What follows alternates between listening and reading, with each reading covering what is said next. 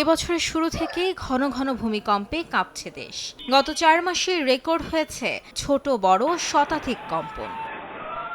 সকালে রাজধানীর ডিআরইউতে পেশাজীবী সংগঠন পেপারস আয়োজিত ভূমিকম্প পরিপ্রেক্ষিত বাংলাদেশ শীর্ষক সেমিনারে বিশেষজ্ঞ প্রকৌশলী ও স্থপতিদের আলোচনায় জানা যায়, দেশের উত্তর আর পূর্বাঞ্চল ভূমিকম্পের জন্য সবচেয়ে ঝুঁকিপূর্ণ। পূর্বাভাসবিহীন এই দুর্যোগ মোকাবেলায় কঠোরভাবে বিল্ডিং কোড মেনে চলার তাগিদ দিচ্ছেন তারা। ভূমিকম্প কতটুকু ক্ষতি করবে বেসিক্যালি সেটা ডিপেন্ড করবে কয়েকটা জিনিসের উপর।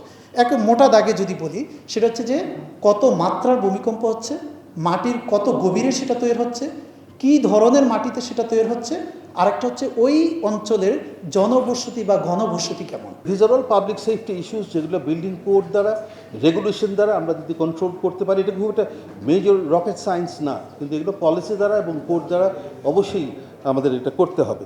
ভবন নির্মাণের ক্ষেত্রে সামগ্রিকভাবে সঠিক রাজনৈতিক নির্দেশনা প্রয়োজন জানিয়ে বুয়েটের বিশেষজ্ঞরা বলছেন, রাজুকের কাজ তদারকিতেও আলাদা ব্যবস্থা থাকা উচিত। পৃথিবীর সব দেশে এই ধরনের ভবনগুলোকে চিহ্নিতকরণ এবং ভবনটা খারাপ না ভালো চিহ্নিত করার জন্য আউটসোর্স করা হচ্ছে, থার্ড পার্টিকে নিয়োগ করা হয়, অর্থাৎ তৃতীয় পক্ষকে।